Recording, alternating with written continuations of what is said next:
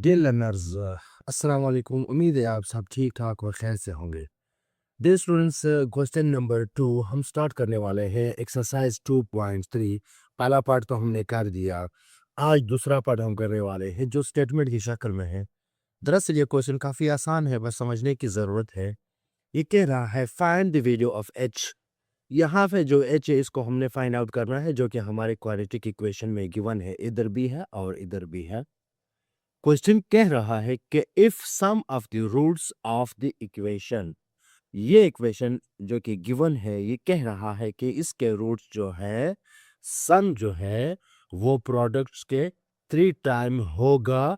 तो अब मालूम करें एच हमारे पास क्या है, ये हमें मालूम करना है। ठीक है, तो सबसे पहले हमने इक्वेशन लिखा 6x² - 5hx + 3h² = 0। यहाँ पे हम कहते हैं ए और बी सी मालूम करने हैं। ए यहाँ पे क्या है, हमारे पास h इंके 6 है। बी हमारे पास है -5h।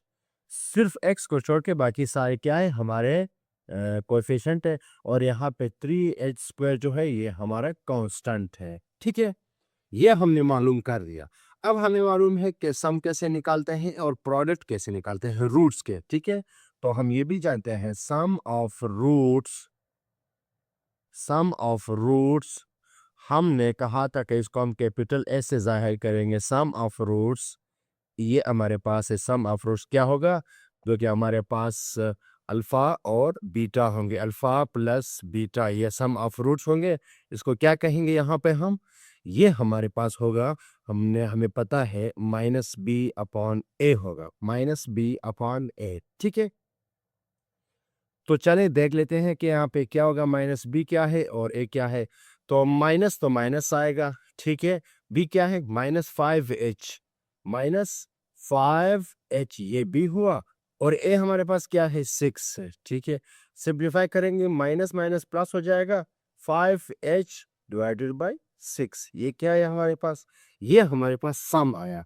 अब हम निकालते हैं प्रोडक्ट ऑफ द रूट्स। ठीक है, हम निकालते हैं प्रोडक्ट ऑफ रूट्स। क्या था हमारे पास, कैपिटल पी जो कि अल्फा इनटू बीटा है, इज इक्वल टू c/a। ये भी हमने सीखा है, c/a। सी हमारे पास क्या है, 3h², 3h²। और a हमारे पास वही 6 है। थोड़ा सिंप्लीफाई करेंगे तो ये h² आ जाएगा और नीचे क्या आ जाएगा, 2 आ जाएगा। 3 × 3, 3 × 6। तो सम भी मालूम हुआ और प्रोडक्ट भी मालूम हुआ।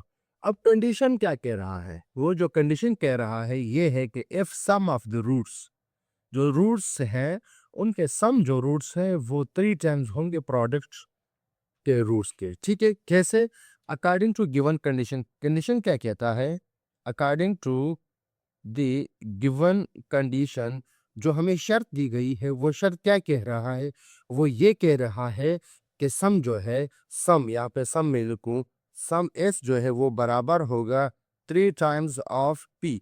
यानी प्रोडक्ट के 3 टाइम्स, प्रोडक्ट जब हम 3 के साथ जब देंगे तभी सम के वो बराबर होगा। तो हम जानते हैं सम हमारे पास क्या है, सम की वैल्यू पुट कर लेते हैं। और 3 इंटू पी हमारे पास क्या है, सम क्या है, S 5h/6। 5h/6 is equal to 3 condition वाला।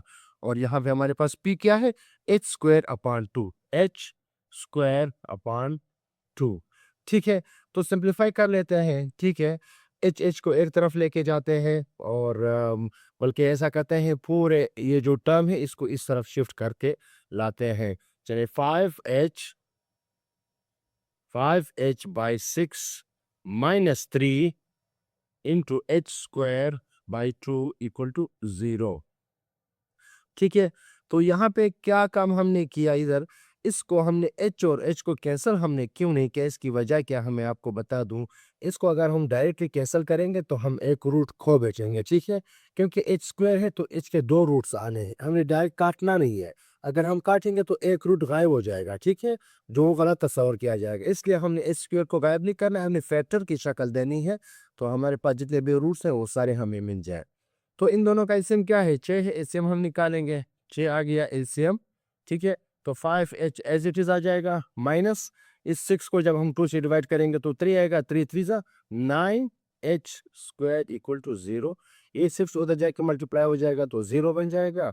और यहाँ से क्या हो जाएगा, यहाँ एच कॉमन है तो यहाँ से एच कॉमन भी लेंगे, एच कॉमन लिया तो 5 माइनस 9h इंटू 6 जाके मल्टीप्लाई हो जाएगा तो वो 0 बन जाएगा।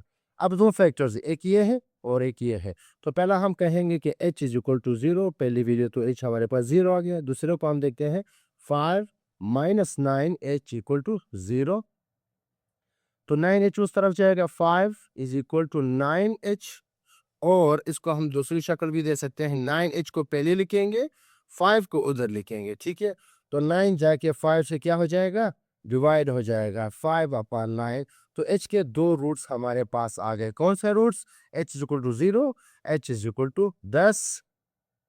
उन्होंने कहा आप h मालूम करें, 10 h is equal to 0 comma 5/9, ये अननोन भी मालूम हो गया। ऐसे क्वेश्चंस काफ़ी आसान होते हैं, बस आपने स्टेटमेंट को समझना होता है। अगर आप स्टेटमेंट को समझ गए तो आपके सामने कोई परेशानी नहीं होगी। इसके बाद हम तीसरा क्वेश्चन करेंगे, वो भी इतनी आसानी से करेंगे। हमारे साथ रहिएगा, हमारे यूट्यूब चैनल को सब्सक्राइब करें और बेल आइकन को प्रेस करें ताकि हमारे आने वाली वीडियोस के अपडेट्स आपको मिलते रहें। हमारे साथ रहिएगा, मिलते हैं नेक्स्ट वीडियो में, तब तक के लिए अल्लाह हाफिज़।